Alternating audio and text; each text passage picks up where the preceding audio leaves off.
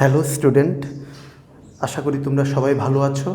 লকডাউনে তোমরা যেন ক্ষতিগ্রস্ত না হও, তাই আজ আমি তোমাদের সাথে শুরু করতে যাচ্ছি চতুর্থ অধ্যায়ের রাসায়নিক পরিবর্তন, বিক্রিয়ার হার, rate of reaction. Rate of reaction, বিক্রিয়ার হার বলতে আমরা বুঝাই স্পিড অফ রিঅ্যাকশন, মানে বিক্রিয়া কত দ্রুত শেষ হচ্ছে এবং উৎপাদ কত দ্রুত তৈরি হচ্ছে। এই ক্যাটাগরিতে আমরা বিক্রিয়া পাবো টাইপস অফ রিঅ্যাকশন, 3 ধরনের বিক্রিয়া পাবো। যে সকল বিক্রিয়া খুব দ্রুত শেষ হবে, মানে বিক্রিয়ক খুব দ্রুত শেষ হয়ে উৎপাদ দিবে, যে বিক্রিয়কগুলো পরস্পরের সাথে বিক্রিয়া করে দ্রুত একটার সাথে সংঘর্ষ করবে, বিক্রিয়কগুলো সংঘর্ষ করে উৎপাদে যাবে। যদি খুব দ্রুত, খুব কম সময়ে বিক্রিয়কগুলো উৎপাদে যায়, তাহলে এই বিক্রিয়া হচ্ছে ফাস্টেস্ট রিঅ্যাকশন, দ্রুতগতির বিক্রিয়া। আর যদি বিক্রিয়াটা খুব ধীরে ধীরে, বিক্রিয়কগুলো যদি খুব ধীরে ধীরে শেষ হয়ে উৎপাদ তৈরি হয়, তাহলে সেই বিক্রিয়া হচ্ছে ধীরগতির বিক্রিয়া, স্লো রিঅ্যাকশন।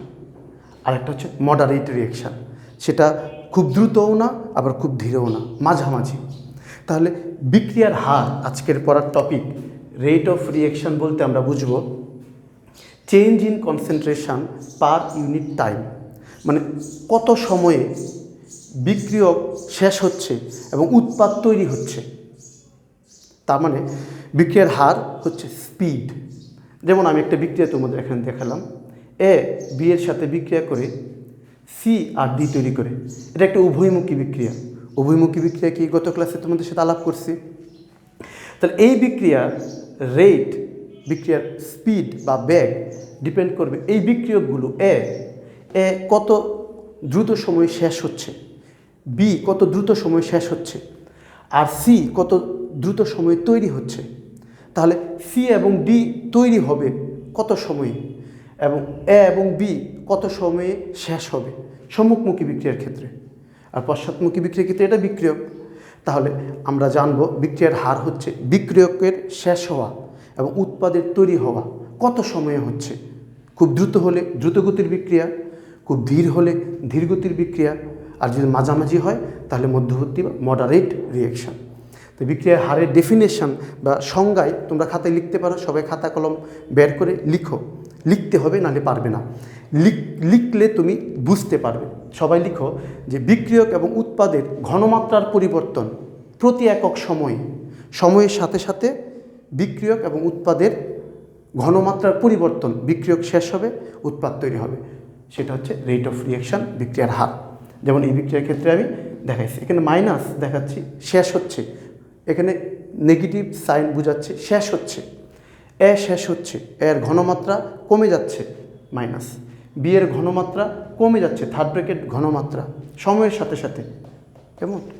আর সি উৎপাদ, এর ঘনমাত্রা তৈরি হচ্ছে, সি কত সময় তৈরি হবে আর ডি কত সময় তৈরি হবে। তো সময়ের সাথে সাথে উৎপাদের তৈরি এবং সময়ের সাথে সাথে বিক্রিয়কের হ্রাস হলে আমরা তাকে বলবো রেট অফ রিঅ্যাকশন, বিক্রিয়ার হার, কেমন। এখন বিক্রিয়ার হার কিছু বিষয়বস্তুর উপর নির্ভর করে। আমি এখানে একটা উদ্দীপক রেখে দিচ্ছি তোমাদের জন্য। এই উদ্দীপকটা পরীক্ষায় প্রচুর আসছে, কেমন। এই উদ্দীপকের দিকে তোমরা যদি একটু লক্ষ্য করো তাহলে দেখবে এই ভার্টিক্যাল লাইন বরাবর, এটা একটা লেখচিত্র, এই বরাবর ঘনমাত্রার পরিবর্তন দেখানো হয়েছে, এই বরাবর সময় দেখানো হয়েছে। তো সময়ের সাথে যতই সময় যাবে ঘনমাত্রা ততই কমবে। যেমন ধরো প্রথমে এই বিক্রিয়াটার, এটা একটা বিক্রিয়াটার ঘনমাত্রা ছিল 1.5 মোল পার লিটার, অনেক বেশি ঘনমাত্রা ছিল বিক্রিয়কের। যতই সময় যাচ্ছে ঘনমাত্রা কমতেছে, 1.5 থেকে 1.0, 0.5, 0.2, উপর থেকে নিচ বরাবর ঘনমাত্রা কমতেছে। উদ্দীপকের প্রশ্ন হচ্ছে ঘনমাত্রা 1.5 থেকে 0.5-এ যদি কমে যায়, হ্রাস পায়, মানে এখান থেকে যদি এটা এখানে আসে, এতটুকু যদি হ্রাস পায়, তা ঘনমাত্রা কত হ্রাস পেল? আমরা জানি ঘনমাত্রা, বিক্রিয়ার হার কত বের করতে বলছে। তো বিক্রিয়ার হার হচ্ছে ঘনমাত্রা পরিবর্তন। তো ঘনমাত্রা পরিবর্তন কত হলো? 1.5 থেকে 0.5-এ আসলো। তো 1.5 মাইনাস 0.5, তো কত? 1। 1.5 থেকে 0.5 আসলে 1 ঘনমাত্রা কমছে, ঘনমাত্রা পরিবর্তন। সময় কতটুকু লাগছে? 0.5-এর সময় হচ্ছে 350 সেকেন্ড, 100 সেকেন্ড থেকে 350 সেকেন্ডে গেছে। তাই সময়ের পার্থক্য কত? 250 সেকেন্ড। তাহলে আমরা উপরে যদি ঘনমাত্রা পরিবর্তন আর নিচে যদি সময়ের পরিবর্তনটা উল্লেখ করি, তো বিক্রিয়ার হার পাবো। তো বিক্রিয়ার হার সমান সমান ঘনমাত্রা পরিবর্তন ডিভাইডেড বাই সময়ের পরিবর্তন, এতটুকু পাবো। এটা উদ্দীপকের অ্যান্সার। খুবই সহজ একটা উদ্দীপক, কিন্তু প্রচুর পরীক্ষায় আসছে। কেমন? তো এটা হচ্ছে বিক্রিয়ার হারের ঘনমাত্রার প্রভাব। তো ঘনমাত্রা কমবে বিক্রিয়কের সময়ের সাথে সাথে। তো রেটটা কত? রেটটা হচ্ছে ঘনমাত্রা পরিবর্তন পার ইউনিট টাইম। কেমন? তাহলে আমরা এই উদ্দীপকটা এইভাবেই আমরা সমাধান করব যে ঘনমাত্রার পরিবর্তন, কতটুকু পরিবর্তন হলো ঘনমাত্রা, আর সময়ের পরিবর্তন। উপরে ঘনমাত্রা পরিবর্তন, নিচে সময়ের পরিবর্তন, এটাকে লিখে এভাবে আমরা উদ্দীপকটা সলভ করব। তাহলে বিক্রিয়ার হারকে প্রভাবিত করে ঘনমাত্রা, যত সময় যাবে ঘনমাত্রার পরিবর্তন হবে। কেমন? আচ্ছা, বিক্রিয়ার হারকে, যে সকল বিষয়বস্তু বিক্রিয়ার হারকে প্রভাবিত করে, প্রভাবিত করা মানে বিক্রিয়াকে বাড়ানো, উৎপাদ বাড়ানো, কেমন? স্পিডকে বাড়াতে পারে, আবার কমাতে পারে। যে সকল বিষয়বস্তু একটা বিক্রিয়কের, যে সকল বিষয়বস্তু বিক্রিয়ককে দ্রুত উৎপাদে নিতে পারে, সে সকল বিষয়বস্তু হচ্ছে ঘনমাত্রা, কনসেন্ট্রেশন। তুমি যদি কোনো বিক্রিয়ার ঘনমাত্রা বাড়িয়ে দাও, তাহলে উৎপাদও বাড়বে, এবং যত ঘনমাত্রা বাড়াবা উৎপাদও তত বাড়বে। টেম্পারেচার, তাপমাত্রা। একজন বিজ্ঞানী, তার নাম হচ্ছে আর্হেনিয়াস। আর্হেনিয়াস হচ্ছে এমন একজন বিজ্ঞানী যে প্রথম তাপমাত্রার প্রভাব, যে বিক্রিয়ার মধ্যে যদি তুমি তাপমাত্রা বাড়াও তাহলে বিক্রিয়ার গতি দ্বিগুণ বা 3 গুণ বেড়ে যায়, এবং সে একটা ইকুয়েশন দিয়ে তা প্রমাণ করছে। ইকুয়েশনটা নিয়ে আমি একটু পরে আলোচনা করব, কিন্তু সে উল্লেখ করছে যে তাপমাত্রার একটা বড় প্রভাব রয়েছে বিক্রিয়ায়। তুমি যদি বিক্রিয়ার তাপমাত্রা বাড়াও তো বিক্রিয়ার বেগ বাড়বে, স্পিড বাড়বে, রেট বাড়বে, আর যদি তাপমাত্রা কমাও তাহলে রেট কমবে। আর হচ্ছে ক্যাটালিস্ট, যেমন আয়রন ক্যাটালিস্ট, আমরা অবস্থান্তর ধাতুগুলোকে ক্যাটালিস্ট বলে জানব। এই ক্যাটালিস্টগুলো বিক্রিয়াকে প্রভাবিত করে। কিছু কিছু ক্যাটালিস্ট ধনাত্মক ক্যাটালিস্ট, যা বিক্রিয়ার রেটকে বাড়িয়ে দেয়। কিছু কিছু ক্যাটালিস্ট ঋণাত্মক ক্যাটালিস্ট, যা বিক্রিয়ার গতিকে কমিয়ে দেয়। কেমন?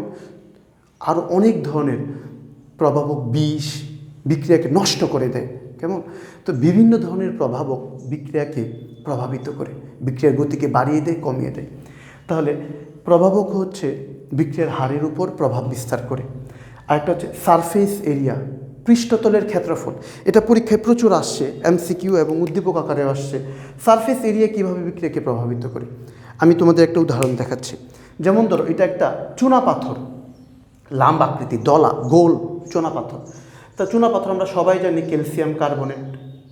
এই চুনা পাথরের দলার মধ্যে যদি তুমি উপর থেকে হাইড্রোক্লোরিক অ্যাসিড উপর থেকে তুমি ঢালো, তাহলে বিক্রিয়াটা ক্যালসিয়াম কার্বনেট হাইড্রোক্লোরিক অ্যাসিডের সাথে বিক্রিয়া করবে। বিক্রিয়া করে ক্যালসিয়াম ক্লোরাইড, কার্বন ডাইঅক্সাইড আর পানি দিবে। এই বিক্রিয়াটা যদি তুমি দলা বড় লাম্ব আকৃতির মধ্যে হাইড্রোক্লোরিক অ্যাসিড ঢালো, তাহলে সেটা যত দ্রুত বিক্রিয়া দিবে, তার থেকে বেশি দ্রুত বিক্রিয়া দিবে যদি তুমি এই দলাটাকে গুঁড়া করো। তুমি হ্যামার দিয়ে এটাকে গুঁড়া করো, গুঁড়া করে এরকম সারফেস এরিয়াটা বাড়িয়ে দাও। এরকম লাইমস্টোনের এরকম সারফেস এরিয়াটা দিয়ে বাড়িয়ে দাও। তুমি যদি এটাকে গুঁড়া করে সারফেস এরিয়াটা বাড়িয়ে দাও, তাহলে এখানকার এরিয়ার তুলনায় এখানে সারফেস এরিয়াটা কি বেড়ে যায়। সারফেস এরিয়া বেড়ে যাওয়ায় তুমি যদি এখানে হাইড্রোক্লোরিক অ্যাসিড উপর থেকে ঢালো HCl, তাহলে দেখা যাবে এই হাইড্রোক্লোরিক অ্যাসিড ডিরেক্টলি, সরাসরি প্রত্যেকটা লাইমস্টোনের মলিকুলের সাথে বিক্রিয়া করবে। কিন্তু এখানে ঢাললে এখান থেকে এই জায়গায় হাইড্রোক্লোরিক অ্যাসিডটা আসতে সময় লাগবে। তাই সারফেস এরিয়াকে বাড়িয়ে কমিয়ে বিক্রিয়ার হারকে প্রভাবিত করা যায়। তাহলে বিক্রিয়ার হার এখানে কি কম, আর এখানে কি বিক্রিয়ার হার কি বেশি।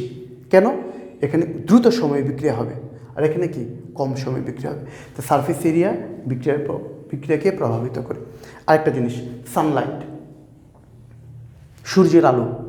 এই যে আমাদের উদ্ভিদ, যত ধরনের প্ল্যান্টস, সেখানে যে ফটোসিনথেসিস, সালোক সংশ্লেষণ হচ্ছে, সেটা কিন্তু রিয়াকশান।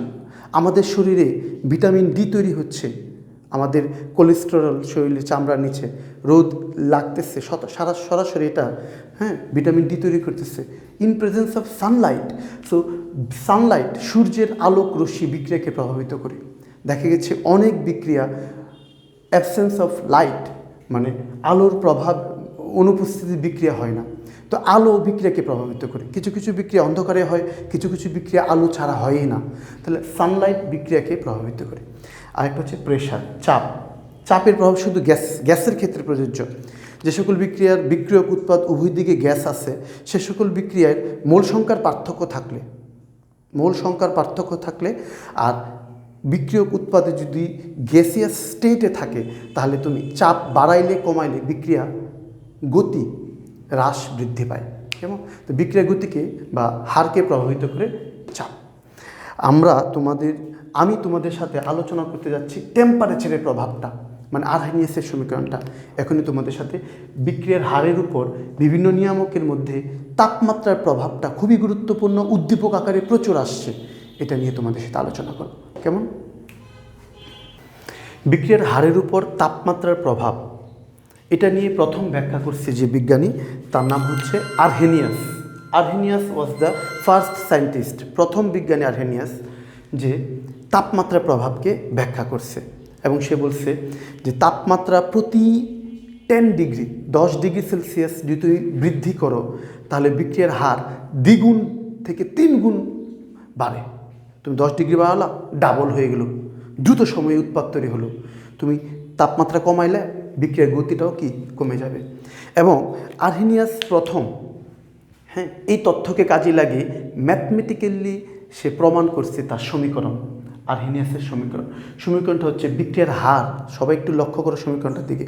কে হচ্ছে বিক্রিয়ার হার? বিক্রিয়ার হার হচ্ছে সক্রিয়ণ শক্তির সাথে এক্সপোনেনশিয়াল বৃদ্ধি। এক্সপোনেনশিয়াল বৃদ্ধি মানে কি? ওই যে কিছুক্ষণ আগে বললাম, 10 ডিগ্রি সেলসিয়াস তাপমাত্রা বৃদ্ধিতে গতি 2 থেকে 3 গুণ বেড়ে যায়। এই যে ডাবল হয়ে যায়, ট্রিপল হয়ে যায়, 2 গুণ হয়ে যায়, 3 গুণ হয়ে যায়, দ্রুত বিক্রিয়াটা হয়। এটাকে ম্যাথমেটিক্যালি বলা হয় এক্সপোনেনশিয়াল বৃদ্ধি। এটাকে ই দ্বারা প্রকাশ করা যায়, ই। আর এখানে ই এ হচ্ছে সক্রিয়ণ শক্তি, অ্যাক্টিভেশন এনার্জি। এটা কি? এটা নিয়ে আমি ডিটেল আলোচনা করব। এটা বিক্রিয়ার হারের উপর তাপমাত্রার প্রভাবের সাথে রিলেটেড, ভালো করে বুঝতে হবে এটা সক্রিয়ণ শক্তি কি, আমি বুঝাবো এখনই তোমাদের। আর এখানে আর হচ্ছে গ্যাস ধ্রুবক, তোমরা সবাই জানো আর গ্যাস ধ্রুবক। টি হচ্ছে ক্যালভিন টেম্পারেচার, তাপমাত্রা। আর এ হচ্ছে আরহেনিয়াস কনস্ট্যান্ট। আর কে হচ্ছে বিক্রিয়ার হার। তো কে সমান সমান এ ইন্টু এক্সপোনেনশিয়াল বৃদ্ধি to the power minus Ea by RT. কেমন? এটা প্রতিপাদনও আসে না, আমি তোমরা যদি চাও পরে কোনো একদিন এটা প্রতিপাদন করে দেখাবো। কেমন? এখন আমাদের টাইম লিমিটেড, তাই আর প্রতিপাদন করে তোমাদের দেখাচ্ছি না। এখানে বুঝতে হবে সক্রিয়ণ শক্তিটা কি। আচ্ছা, সক্রিয়ণ শক্তিটা হচ্ছে, ধরো তোমাদের ভালো করে বুঝাই, একটা পাত্রে আমি এখানে এই জায়গাটা তোমাদের দেখাচ্ছি, মুছে দিলাম সক্রিয়ণ শক্তিটা বোঝানোর জন্য। ধরো এটা একটা রিঅ্যাক্টর, পাত্র। এই পাত্রে বিক্রিয়া হচ্ছে এ এবং বি এর সাথে, এ এবং বি এর মধ্যে বিক্রিয়া হচ্ছে। বিক্রিয়া হয়ে তারা তৈরি করতেছে প্রোডাক্ট, ধরো পি তৈরি করতেছে। এ এবং বি বিক্রিয়া করে পি তৈরি করতেছে। তখনই তারা বিক্রিয়া করবে 3টা শর্তে। প্রথম শর্ত, ধরো এই পাত্রে এ আছে, এ আছে, এ আছে, বি আছে, বি আছে, বি এ এরকম আছে এই পাত্রের মধ্যে। এ এবং বি উৎপাদ প্রোডাক্ট পি তখনই তৈরি করবে যখন এর মধ্যে নির্দিষ্ট একটা শক্তি থাকবে। মানে এ তার যে শক্তি, সেই শক্তি নিয়ে এই একে ধাক্কা দিবে, সংঘর্ষ করবে।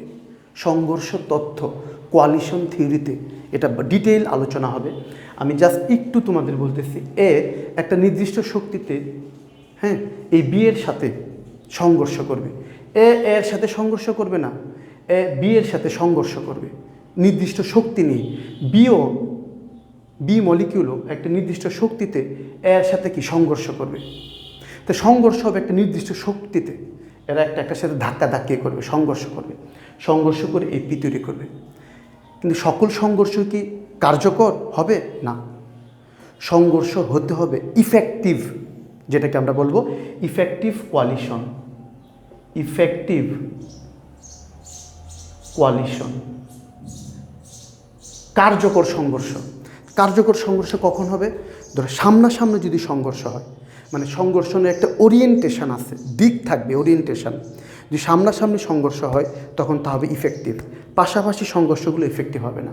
তার প্রথম শর্ত হচ্ছে বিক্রিয়কগুলো পরস্পরের সাথে সংঘর্ষ করবে। দ্বিতীয় শর্ত হচ্ছে নির্দিষ্ট শক্তিতে সংঘর্ষ হবে। তৃতীয় শর্ত সংঘর্ষ হবে নির্দিষ্ট দিক হতে, সামনাসামনি সংঘর্ষ। সংঘর্ষের পর কি হবে? খুবই ইম্পর্টেন্ট, মনোযোগ। সংঘর্ষ করার পর দেখা যাবে বিক্রিয়কগুলোর একটা শক্তি তাদের থাকে এবং উৎপাদের একটা শক্তি থাকে। এই বিক্রিয়কগুলো শক্তি সংঘর্ষ করে করে শক্তি অ্যাচিভ করবে, শক্তি গ্রহণ করবে, শক্তি পেতে পেতে পেতে পেতে পেতে পেতে একটা শক্তির বাধাকে তারা অতিক্রম করবে। এই শক্তির বাধাটাই হচ্ছে সক্রিয়ণ শক্তি ইএ, যেটা আরহিনিয়াস ব্যাখ্যা করছে তার সমীকরণে। কিছুক্ষণ আগে যে সমীকরণটা দেখাইছিলাম আরহিনিয়াসের সমীকরণ, সেই সমীকরণে ইএ হচ্ছে সক্রিয়ণ শক্তি। এটা হচ্ছে এনার্জি ব্যারিয়ার, শক্তির বাধা। এই যে এনার্জি ব্যারিয়ার, এই যে বাধাটা, এই যে বাধাটা শক্তির। বিক্রিয়কগুলো, এই বিক্রিয়কগুলো তারা পরস্পরের সাথে সংঘর্ষ করে করে আস্তে আস্তে শক্তি অর্জন করে করে শক্তির এই বাধাটাকে অতিক্রম করবে। এই যে বাধাটা, এই বিক্রিয়কগুলো এই যে শক্তির এই বাধাটাকে অতিক্রম করবে, এই বাধাটাকে অতিক্রম করবে। শক্তির এই বাধাটাকে কি তারা অতিক্রম করবে? শক্তির এই বাধাটাকে তারা অতিক্রম করবে। এই বাধা কীভাবে? দেখো, আমি এখানে উল্লেখ করছি যে এনার্জি ব্যারিয়ার, শক্তির বাধা। কেমন? মনোযোগ। এখানে ড্যালেজ হচ্ছে বিক্রিয়ার এনথালপি, শক্তির পরিবর্তন, এনথালপি অফ রিঅ্যাকশন। এনথালপিটা কি?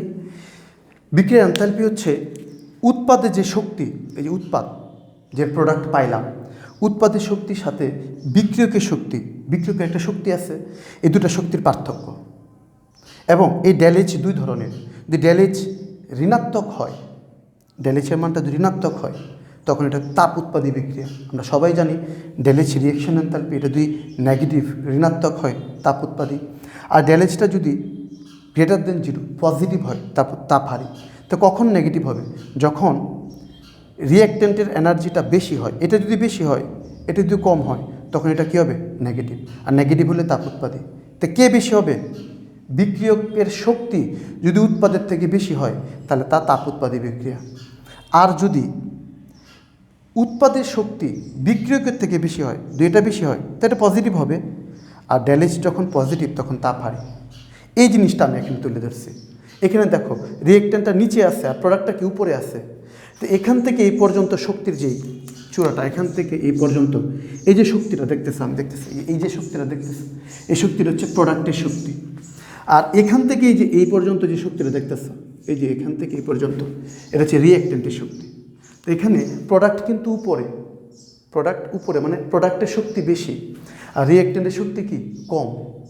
তো প্রোডাক্টের শক্তি যদি বেশি হয়, রিঅ্যাক্ট্যান্টের শক্তি যদি কম হয়, আবার বলতেছি প্রোডাক্টের শক্তি যদি বেশি হয়, রিঅ্যাক্ট্যান্টের শক্তি যদি কম হয়, তাহলে সেই বিক্রিয়া হচ্ছে তাপহারী। সবাই আবার দেখো, প্রোডাক্টের শক্তি যদি বেশি হয় তার ড্যালেজ কি পজিটিভ হবে। তো এই বিক্রিয়াটা হচ্ছে তাপহারী বিক্রিয়া। তাপহারী বিক্রিয়া ক্ষেত্রে প্রোডাক্টের এনার্জিটা কি এখান থেকে এখানে এনার্জিটা কি বেশি আর রিঅ্যাক্ট্যান্টের এনার্জিটা কি কম, খুবই কম। তাহলে এই যে পার্থক্যটা কি? ডেল এইচ, মনোযোগ, ডেল এইচ সমান সমান প্রোডাক্টের এনার্জি মাইনাস কি রিঅ্যাক্ট্যান্টের এনার্জি। মানে এই যে পার্থক্যটা, এই যে এখান থেকে প্রোডাক্টের শক্তি আর রিঅ্যাক্ট্যান্টের শক্তির পার্থক্য হচ্ছে কি ডেল এইচ। আর রিঅ্যাক্ট্যান্ট বা বিক্রিয়কগুলো পরস্পরের সাথে সংঘর্ষ করবে। সংঘর্ষ করতে করতে করতে করতে খুবই গুরুত্বপূর্ণ পয়েন্ট এই জায়গাটায় আসবে। এটা একটা গুরুত্বপূর্ণ সিচুয়েশান। এই সিচুয়েশানে পুরাতন যে বন্ধনগুলো ছিল, সেই পুরাতন বন্ধনগুলো ভেঙে যাবে, ভেঙে নতুন বন্ধন তৈরি হবে। যদি বিক্রিয়কগুলো সংঘর্ষ করে করে শক্তি নির্দিষ্ট শক্তির যে বাধা, এনার্জি ব্যারিয়ার, এই যে বাধাটা, এই শক্তির বাধাটা অতিক্রম করার জন্য আস্তে আস্তে শক্তির উপরে উঠতে থাকবে। উপরে উঠে এই জায়গাটায় পুরাতন বন্ধনগুলো ভাঙতে থাকবে।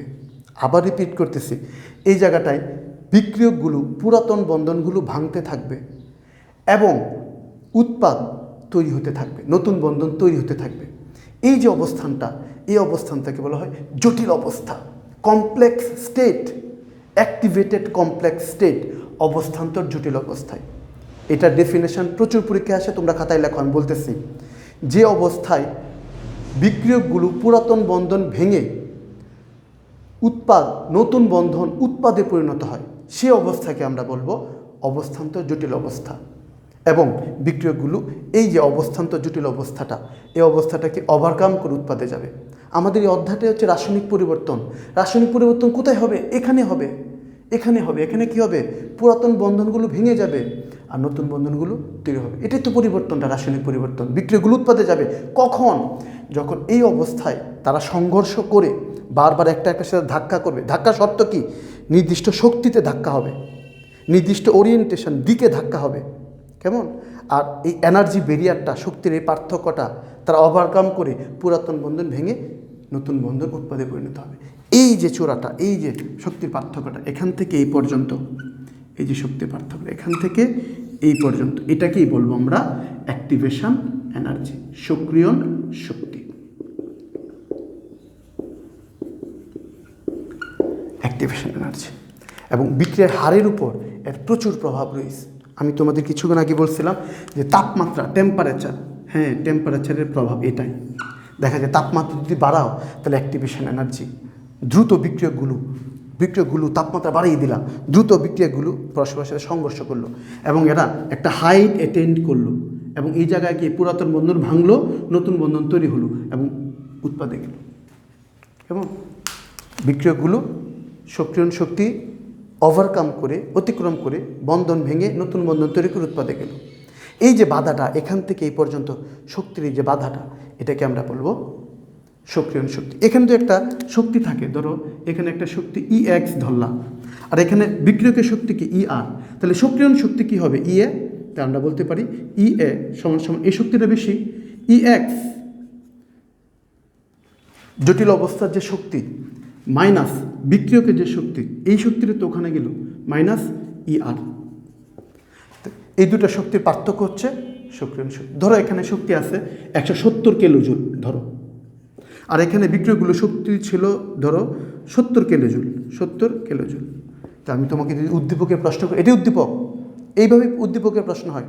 উদ্দীপকের প্রশ্ন করি তো সক্রিয়ণ শক্তির মান বের করো, তাহলে তুমি বলবা এখানে শক্তি কত? 170, এখানে শক্তি কত? 70। তো 170 মাইনাস 70, 170 মাইনাস 70 কত থাকলো? 100। তো অ্যাক্টিভেশন এনার্জি কত? 100। তাহলে বিক্রিয়কগুলো 70 শক্তি নিয়ে সংঘর্ষ করে করে শক্তির যে বাধা, এনার্জি ব্যারিয়ার, শক্তির যে বাধা সেটা 100। এই 100 শক্তি তারা অর্জন করে উৎপাদে যাবে এবং এটাকে আমরা বলবো অ্যাক্টিভেশন এনার্জি। গুড, এটা পরীক্ষায় প্রচুর আসে, এটা নোট ইট ডাউন, এটা ভালো করে নোট করো। আমরা আর্হেনিয়াসের সমীকরণটাকে একটু প্রতিপাদন করেছি এভাবে। আমরা সবাই জানি আর্হেনিয়াসের সমীকরণ কে সমান সমান আর্হেনিয়াস ধ্রুবক into e⁻ divide by RT।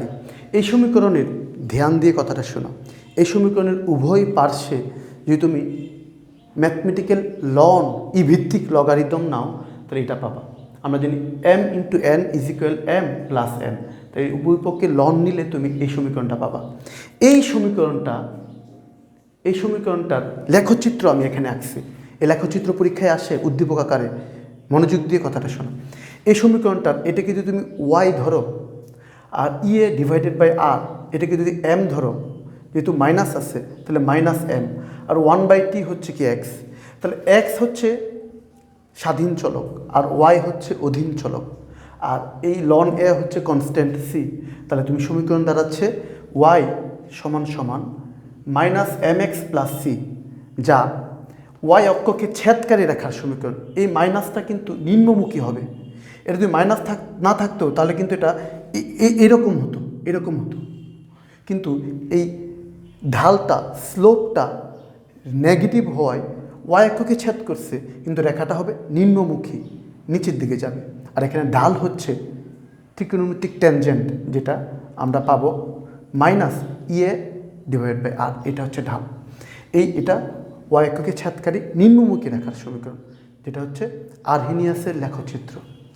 এখন যদি তুমি মনোযোগ, যদি তুমি তাপমাত্রাটাকে পরিবর্তন করো, ধরো প্রাথমিক একটা তাপমাত্রা পাইলা T1, এই T1 সময়ে তুমি রেট অফ রিয়েকশান K1 পাইলা, T1 সময়ে রেট অফ রিয়েকশান K1 পাইলা, আর T2 সময়ে the rate of reaction K2 পাও, তাহলে K1 হবে T1 respect to T1 K1, R T2 সময়ে বিক্রিয়ার হার হবে K2 সমান সমান এটা। এই দুটো সমীকরণ যদি এই দ্বিতীয় সমীকরণ থেকে প্রথম সমীকরণ যদি তুমি বিয়োগ করো, এটা থেকে এটা যদি তুমি বিয়োগ করো, তাহলে তুমি পাবা log K2 divided by K1। লনকে যদি তুমি লগে আনো তাহলে এই কনস্ট্যান্টটা বসাতে হয় ম্যাথমেটিক্যাল নিয়ে। লনকে লগে আনলে 2.303 এটা বসাতে হয়, তাহলে এই সমীকরণটা যদি তুমি বিয়োগ করো তাহলে এই সমীকরণটা পাবো, এবং এটা হচ্ছে আলটিমেট আরহেনিয়াসের সমীকরণ। এবং এই সমীকরণটা দিয়ে তুমি অঙ্ক করতে পারো, এবং এই সমীকরণের অঙ্ক পরীক্ষায় আসে MCQতে। কীভাবে আসে? তোমার সক্রিয় শক্তি দেওয়া থাকবে, যে কোনো একটা তাপমাত্রা দেওয়া থাকবে, তার হার দেওয়া থাকবে, অন্য তাপমাত্রা দেওয়া থাকবে, তার হার বের করো, মানে যে কোনো 3টা দেওয়া থাকবে আর একটা বের করতে হবে 4টা থেকে। এবং এইভাবে তুমি যে কোনো উদ্দীপকের ম্যাথমেটিক্যাল প্রবলেম হোক, তোমার লেখচিত্র ভিত্তিক উদ্দীপক হোক, ম্যাথমেটিক্যাল ভিত্তিক উদ্দীপক তুমি সমাধান করতে পারবে। প্রচুর উদ্দীপক আছে, আমি অন্য কোনো একটা ক্লাসে এই উদ্দীপকগুলো নিয়ে তোমাদের সাথে আলোচনা করব। আমি আশা করি এই লকডাউনের সময়টাতে তোমরা কোয়ালিটি টাইম মানে সময়টাকে ভালো করে ব্যবহার করবে। Thanks for watching my class. আজ এই পর্যন্তই। সবাই ভালো থেকো, সুস্থ থেকো। আল্লাহ হাফেজ।